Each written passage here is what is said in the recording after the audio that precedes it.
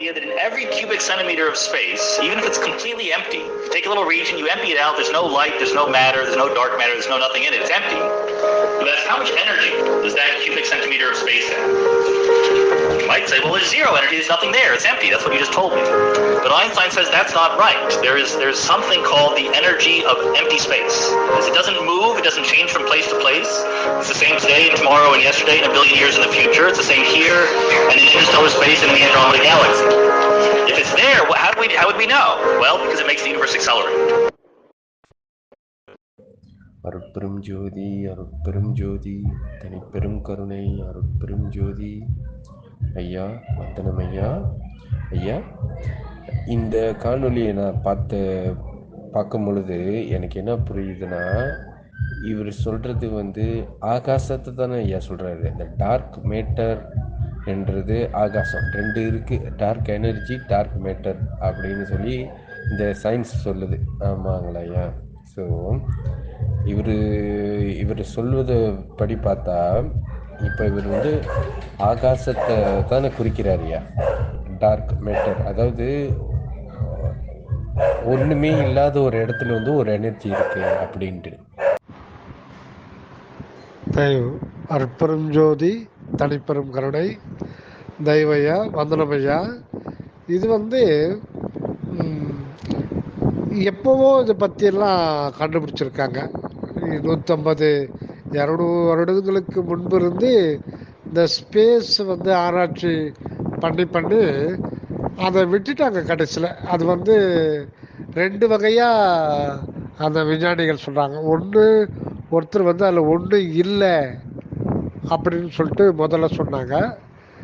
ஒரு சாரார் இதெல்லாம் ஒரு 150-200 வருடங்களுக்கு முன்னாடியே இந்த விஞ்ஞானிகள் ஆரம்பிச்சிருந்தாங்க. ஒரு சாரார் ஒன்றுமே இல்லாத இடத்துல இருந்து இந்த யூனிவர்ஸ் உருவாகிறதுக்கு வாய்ப்பு கிடையாது.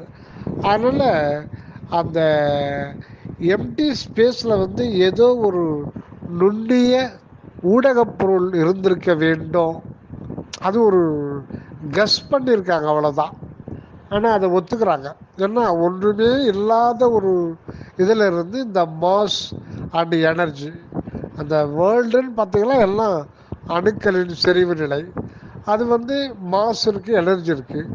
அது ஒன்றும் இல்லாத இடத்துலேருந்து எப்படி உருவாக முடியும்? அப்போ அந்த ஸ்பேஸ்ன்றது ஒன்றும் இல்லை என்று சொல்லுவதற்கு இல்லை என்ற கருத்து தான் கடைசியில் ஏற்றுக்கொள்ளப்பட்டது. ஆனால் அது என்னன்ட்டு அவங்களால் அதுக்கு மேலே போக முடியல. ஏன்னா ஒரு லேபில் டெஸ்ட் பண்ணால் தான் அவங்க ப்ரூவ் பண்ண முடியும். இது லேபில் டெஸ்ட் பண்ணுறது கிடையாது. மெய்ப்பொருள் லேபில் டெஸ்ட் பண்ண முடியாது. அது அருவம்ன்றதுன்னா கூட அது பரவாயில்ல. அதை பற்றி எதுவுமே மெய்ஞானத்தினால்தான் உணர முடியுமே தவிர மனோ கற்பனைக்கோ யூகங்களினாலோ அதை உணர முடியாது. எல்லையில்லாத ஒரு நெகிழ்ச்சி, இயற்கையை நோக்கி இது எப்படி வந்ததுன்ற ஒரு நெகிழ்ச்சி, அந்த உருக்கம், அது இருந்தால் தான் இதை கண்டுகொள்ள முடியுமே தவிர அந்த இயற்கையை பற்றி யாராலுமே புறத்தில் இருந்து பொறிப்புலன்களாலோ கண்ணு காது இதெல்லாம் கொண்டு ஆராய்ச்சி பண்ணியும் மனோ ஆராய்ச்சிக்கும் அது உட்படாதது. அதுதான் வள்ளல் பெருமான் அந்த ஸ்பேஸ்ன்றது வெறுவெளின்னு தான் சொல்கிறாங்க. ஞானிகள் சொல்கிற வெறுவெளி வேற. இவங்க அந்த ஸ்பேஸில் நத்திங், ஒன்றுமே இல்லைன்னு தான் சொல்கிறாங்க. ஏதோ ஒரு டார்க்குன்றது ஒரு மேட்டர்ன்றாங்க. பட் அவங்க ஒரு கன்ஃபியூஸ் ஸ்டேட் தானே இருக்காங்களே தவிர அது ஆராய்ச்சி பண்ணாலும் அது ஆராய்ச்சி பண்ண முடியாது. ஏன்னா அது ஒரு பொருளும் கிடையாது, எதுவுமே கிடையாது. ஒரு ஆட்டமும் கிடையாது, இல்லை லைட் பார்ட்டிகளும் கிடையாது. அது பார்ட்டிகள் கிடையாது, எனர்ஜி கிடையாது, ஆட்டம் கிடையாது, புரோட்டான் கிடையாது, எதுவுமே இல்லையே. அப்போ புற ஆராய்ச்சிகளுக்கு கருவிகரணங்களுக்கு அது உட்படாதது. அதை பற்றி தெரிஞ்சுக்கணும்னா நம்மளை தெரிஞ்சுக்கினா தான் அதை பற்றி தெரிஞ்சுக்க முடியும். நான் யாருன்னு தெரிஞ்சுக்கினா தானே ஒழிய அதை தெரிஞ்சுக்கலாம். அதுக்கும் இதுக்கும் நேரடி தொடர்பு உண்டு. ஏன்னா அதுதான் வள்ளல் பெருமான் நாகவல்ல சொல்லுவார், புகழ அரும் அகண்ட பூரணம்ன்றார். அதுதான் விஞ்ஞானிகள் வந்து ஸ்பேஸுக்கு வந்து எண்டு கிடையாது, அதெல்லாம் ஒத்துக்கிறாங்க. இந்த வெட்டவெளியானது எங்கும் முடியாது, அது போயிட்டே தான் இருக்கும், அதில் வந்து ஒன்றும் கிடையாது. அதனால் வந்து எம்டின்றாங்க, அது ஒன்றும் இல்லாத ஒரு டார்க் அப்படின்னு டார்க்னஸ் அப்படின்ற அவர் சொல்கிறாங்க. அந்த டார்க்னஸ்ல இருந்து ஒளி பொருளாகிய நெபுலா இதெல்லாம் எப்படி வந்திருக்க முடியும்? அப்போ இது தோன்றுவதற்கு மூலப்பொருள் வந்து ஒரு இடத்துல இருந்தால் தானே வர முடியும். மூலப்பொருள் இல்லாமல் எதுவுமே தோன்ற முடியாதுன்றது ஒரு கோட்பாடு. அதனால் அவங்க என்ன பண்ணிட்டாங்க, ஒரு முடிவுக்கு வந்துட்டாங்க. என்னென்னா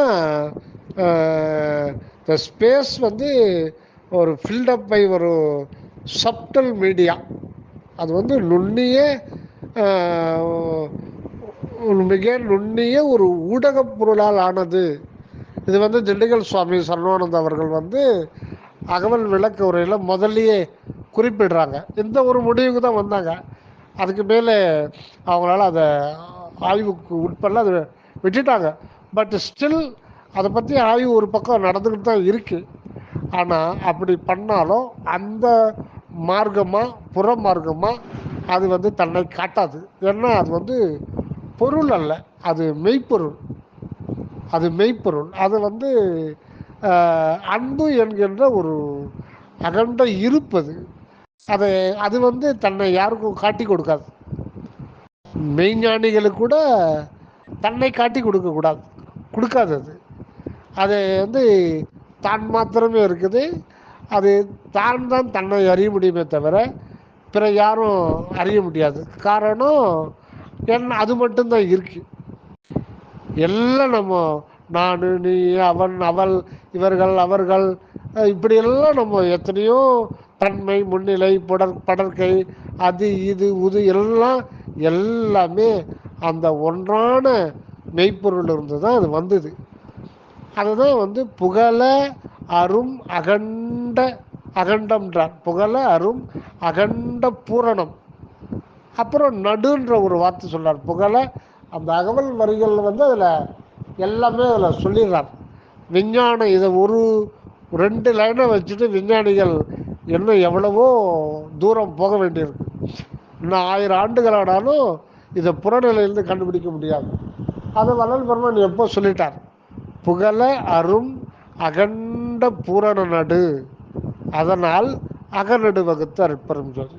இதுலேயே எல்லாமே அடங்கிடுது. அந்த ஸ்பேஸ், எல்லையற்ற பவுண்ட்லெஸ் ஸ்பேஸுக்குள்ள என்ன இருக்குது அப்படின்னு தெரிஞ்சுக்கணும்னா அதுக்கு ஒரே ஒரு வழி, நமக்குள்ளே போனால் அங்கே அது வந்துடுமா, தனக்குள்ளே போனால் அங்கே அது வந்துடும். அதுதான் வந்து புகழாரும் அகண்ட பூரண நடு அப்படின்றார். நடுன்றது எதுக்கு சொல்கிறாருன்னா எல்லாத்துக்கும் அதுதான் நடுநாயகமாக, ஆதி மூல காரண பொருளாக, அனாதி நித்திய சத்திய பொருளாக இருக்கிறது. அது மெய். அதை மெய் என்ற ஒரு வார்த்தையில் தான் தமிழில் சுட்டுகின்றார்கள். மெய் அப்படின்னாலும் சத்தியம் அப்படின்னாலும் உண்மை அப்படின்னாலும் ஒரே பொருள். இதை வந்து திருவருட்பால பல இடங்களில் வள்ளல் பெருமான் உண்மை என்ற வார்த்தையும் மெய் என்ற வார்த்தையும் சத்தியம் என்ற வார்த்தையும் பல இடங்களில் திரும்ப திரும்ப அதை வந்து நமக்கு கோடிட்டு காமிக்கிறாங்க.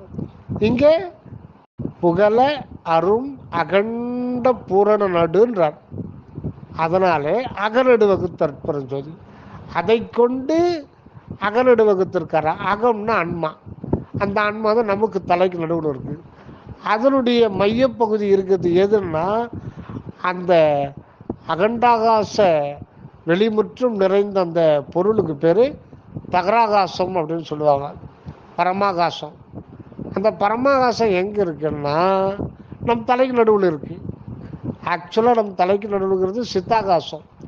சித்தாகாசம்னா சித்து என்கின்ற ஆகாசம். நம்ம எப்படி வெளியில் வெட்ட வெளியே நம்ம உணர்றோமோ, பார்க்குறோமோ, அறிகிறோமோ, அதே போல் ஒரு எல்லையற்ற ஒரு வெட்ட வெளி நமக்குள்ளே இருக்கு. ஆனால் வெளியில் பார்க்குற வெட்ட வெளிக்கும் இடம் கொடுத்திருப்பது இன்னொன்று, அதுக்குள்ளே இருக்கிற ஒன்று. அது வந்து அன்பு வெளி. அதை அன்பு வெளின்னு தான் சொல்லணும். அல்லது வள்ளல் பெருமான் இயற்கை உண்மை அப்படின்றாங்க. இயற்கை உண்மை அப்படின்ற ஒரு சத்து பொருள். அதுக்கு மேலே வார்த்தைகள் அதுக்கு மேலே அதை ஒன்றும் சொல்ல முடியாது. ஏன்னா அதுக்கு சொல்கிறதுக்கு வார்த்தைகள் இல்லை. ஓரளவுக்கு இதை குறித்து சொல்கிறாங்க. அதை பற்றி தெரிஞ்சுக்கணும்னா நான் யாருன்னு தெரிஞ்சுக்கணும், வேறு வழியே கிடையாது. நான் யாருன்னு தெரிஞ்சுக்கணும், உள்ளே போக போக போக உள்முக பயணம் செய்ய. ஆனால் அது சரியான இதில் போகணும்.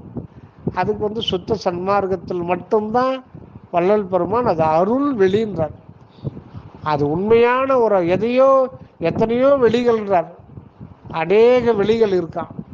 நம்ம ஏதோ ஒரு வெளியை பிடிச்சிக்கிட்டு அருள் வெளின்னு சொல்லிட்டு அது சரியாகாது. அந்த அருள் வெளியை பற்றி தெரிஞ்சுக்கிறோம்னா அது அன்பு என்கின்ற ஒன்று தான். அதை பற்றி தெரிஞ்சுக்கணும்னா நம்ம எல்லா ஜீவர்களிடத்தும் அந்த அன்பு வெளி தான் மையம் கொண்டு இருக்கு.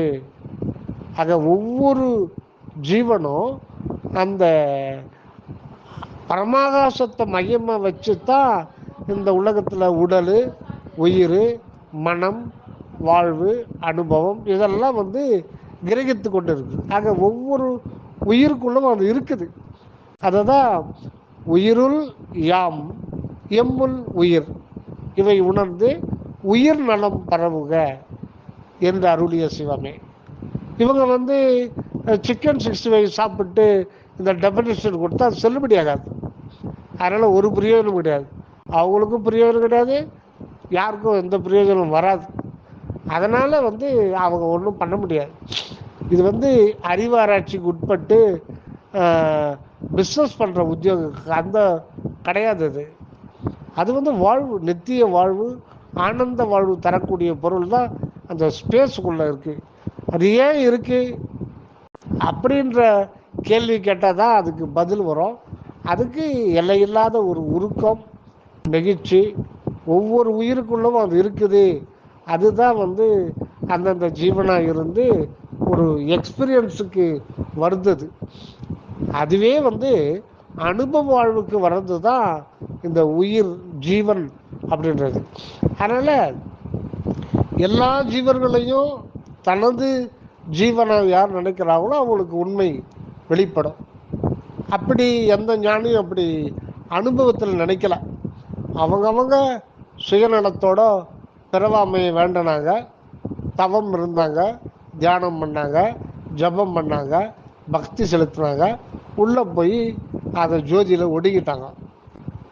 யாரும் இங்கே உலகத்தில் இருந்து உயிர்களுக்கு தொண்டு செய்யலை. ஏதோ கொஞ்ச நாளைக்கு செஞ்சாலே தவிர மற்றபடி அதை லட்சியமாக வைக்கவில்லை. ஆனால் வல்லார் அதான் லட்சியமாக சொல்கிறார்.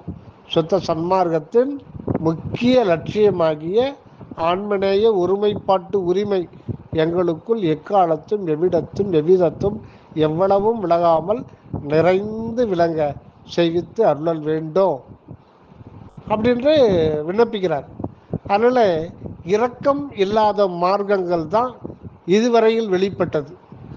ஏதோ ஓரளவுக்கு இரக்கம் இருந்த அந்த பௌத்தம், சமணம் கூட அது ஆன்ம நிலையிலிருந்து வெளிப்படலை. கரண நிலையிலிருந்தும் ஏகதேசம் ஜீவ நிலையிலிருந்து வெளிப்பட்டதே ஒழிய அது ஏகதேச இரக்கம்தான். கண்ணுக்கு தெரிஞ்சு எதனா ஜீவன் கஷ்டப்பட்டா அந்த நேரத்தில் அவங்க இறக்கப்படுவாங்க. ஆனால் அதை விட அவங்க முக்கியமாக இது பண்ணது என்னன்னா, நமக்கு வினை சேரக்கூடாது, தீவினை சேரக்கூடாது, எந்த வினையும் சேரக்கூடாது. அதுக்கு பிற ஜீவராசிகளுக்கு மனதால், வாக்கால், காயத்தால் துன்பம் செய்யக்கூடாது. அதுதான் அவங்களுடைய தவிர இன்பம் செய்ய வேண்டும்ன்றது அது ஏகதேசம்தான் இருந்தது. பிற ஜீவர்களுக்கு நாம் துன்பம் செய்யக்கூடாது. அப்போ தான் அந்த வினை முடித்து அவிழ்ந்துடும். அப்போ தான் நமக்கு பிறப்பில்லாத நிலை வரும். அப்படி பார்க்கும்போது அதில் ஒரு மறைஞ்சு சுயநலம் தான் இருக்குது. தனக்கு வினை சேரக்கூடாது. இது சொத்து சன்மம் அது கிடையாது. அதை பற்றிலாம் அங்கே இதே கடலை. எல்லா உயிர்களும் தன்னுயிர் போல் நினச்சி ஐயோ என்னை போல் அந்த உயிர் வாடுதே அதுக்கு நான் எதனா செய்யணும், அந்த உயிருடைய வாட்டத்தை நீக்கணும் அப்படின்ற ஒரு இது எந்த ஒரு இதுவரையில் அது வரல. அப்படி வந்திருந்தா ஆன்மநேய ஒருமைப்பாட்டு உரிமை அப்படின்ற வார்த்தை வந்திருக்குமே, வரல. எதுக்கு நாம் சொல்கிறோம்னா, அந்த எல்லையற்ற ஒரு இரக்கம், ஆன்ம உருக்கத்தை கொண்டு கடவுளை வழிபாடு செய்து வாழ்தல் தான் சுத்த சன்மார்க்க வாழ்வு. அப்போ யாரே எனினும் இறங்குகின்றார்க்கு சீரே அளிக்கும் சிதம்பர சிவமே அப்படின்னு பெருமான் சொல்றார். இப்போ நம்ம அந்த புகழ அரும் அகண்ட பூரண நடுவால் அகநடு வகுத்து அற்பரும் ஜோதி. அப்போ அந்த அகம்னா அதுதான் நம்முடைய சுயம், நம்முடைய நான் சொல்கிறோமே, அது என்ன, எதை சொல்கிறோம்னா நமக்கே சொந்தமாக உரிமையாக இயற்கையாகவே நமக்கு ஒவ்வொரு ஜீவனுக்கும் கொடுக்கப்பட்டுள்ள பரிசு என்னன்னா அதை தான் நம்ம நான்ன்றோம். அதுதான் நம்முடைய சுயம். அந்த உண்மையான சுயம் யாருன்னு பார்த்தீங்கன்னா அந்த சுயம் கூட கடவுளுடையது தான். அப்போ என்னுடைய சுயம் கூட என்னுடையது அல்ல. அதாவது ஷார்ட்டாக சொல்லணும், வெளிப்படையாக சொல்லணும்னா, நான் என்பது கூட நான் அல்ல, அது இறைவன் தான் இங்கே நானாக வந்திருக்கார். என்ன, இது உணர்வு ரீதியான ஒன்று. இந்த உணர்வுல தான் அனுபவங்கள் உள்வாங்கி கொள்ளப்படுகிறது. ஆக இந்த உணர்வு, இதனுடைய அனுபவம், இது எல்லாமே எங்கிருந்து எடுக்கப்பட்டது வருது அப்படின்னா அந்த வெட்ட வெளியில் இருக்கிற அதில் இருக்கிற மூலப்பொருள், அதுதான் சத்தியம், மெய், உண்மை, இயற்கை உண்மை, சத்து பொருள்.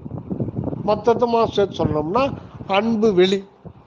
அந்த அன்பு வெளிதான் அணு வடிவம் ஏற்கின்ற போது அது அன்பு ஒளியாக நம் தலைக்கு நடுவில் வருது.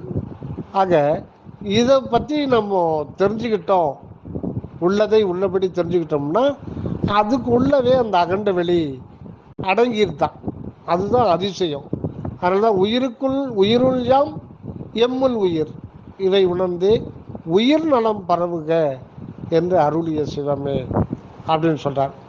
அதனால் யாராலையுமே எந்த அளவுகோலை கொண்டோ அந்த ஸ்பேஸுக்கு உள்ளே இருக்கிற அந்த மெய்ப்பொருளை உணர முடியாது.